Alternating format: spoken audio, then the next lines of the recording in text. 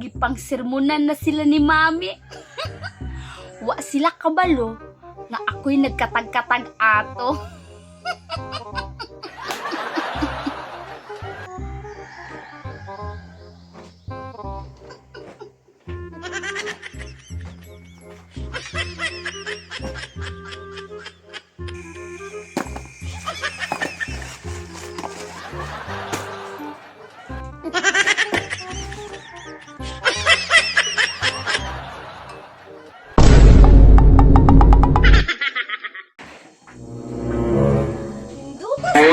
Tagron ko maali.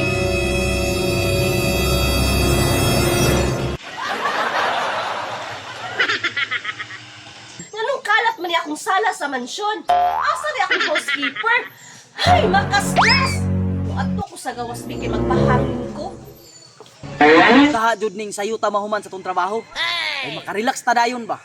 Sandig-sandig sa kudris pinuan sa mga gabi.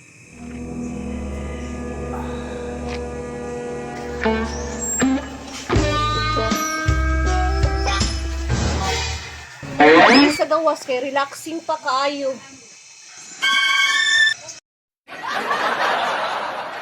Gawas gani ko kay hugaw kayo ang sulod sa mansyon. Hasta man kulay diri sa gawas. Asa di akong mga housekeeper? Akong tawagon, Bi? Lucio! Claire! Sumay nanawag ron? Nganong nanawag man si Rina Betty nga perdi na matulipiyuha sa sulod? Dugay man kay sila ng duol? Asa ka ni sila? Lucio! Claire! Uy, si Madam Jude ang nanawag. Ngano ka ang nanawag si Rina Betty? Ako lang ning duulon bi kay basi kasab-an na po ko ani ro. Rina, itawag lagi mi nimo.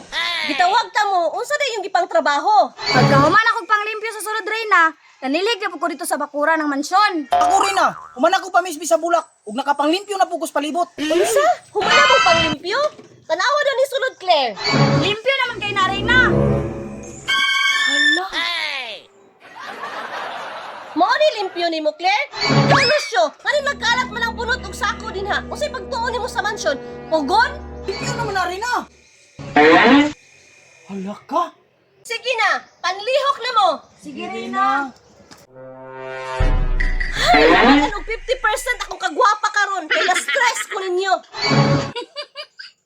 Gipang sermonan na sila ni mami. Wa sila kabalo nga ako'y nagkatag-katag ato.